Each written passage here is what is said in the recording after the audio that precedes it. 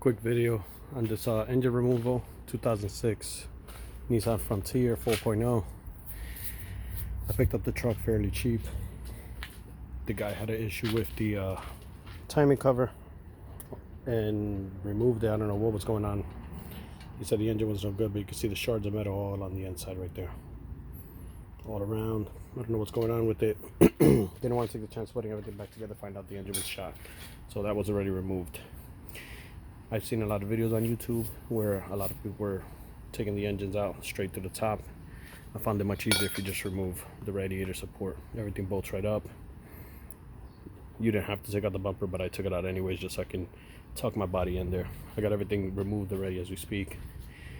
A lot of people are having issues with getting behind the head to get the 4 bolts for the tranny to the block. But if you remove this crossover pipe behind the heads, makes it a lot easier. I believe they were either 12s or 14s, I don't remember. But you remove those, you can literally tuck your hand back here and take those 4 bolts out.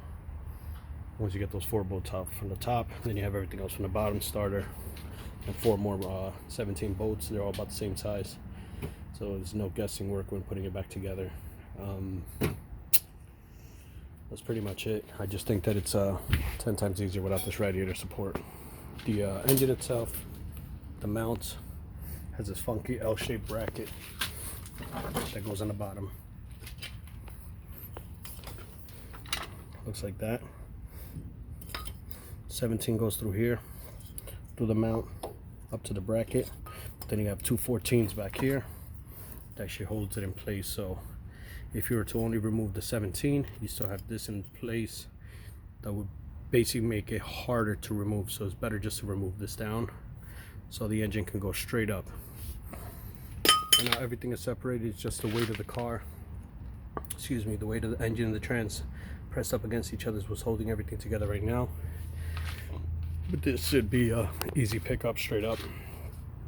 Should be good to go. And that's pretty much it.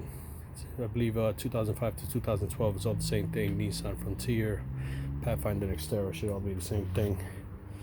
I got the idea from my G35 that I did the engine swap, because the whole radiator support removes. Slide motor and trans out, slide motor and trans right back in. But in this case, I'm not taking out the trans, I'm just doing the engine, getting another engine, changing the bare necessity, all the seals, tune up, new clutch. It's a 6-speed, by the way.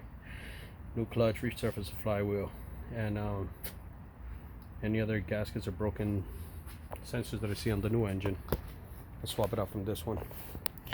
Other than that, it's a straight shot. A little more tedious removing this whole front end, but it makes it 10 times easier to tuck into the engine.